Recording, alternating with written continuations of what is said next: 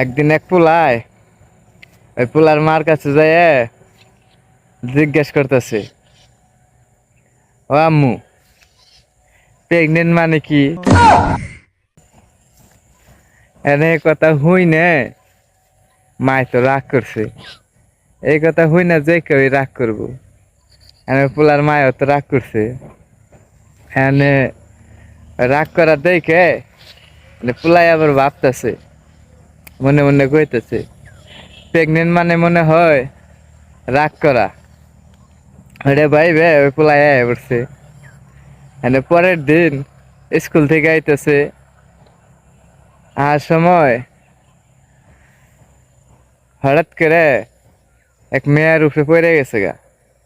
এনে মেয়ের নগে তো মেয়ের মায়ও রইছে। এনে মেয়ের উপরে পোলাই পড়ে গেছে গা। এনে মায় তো রাগ করবেই।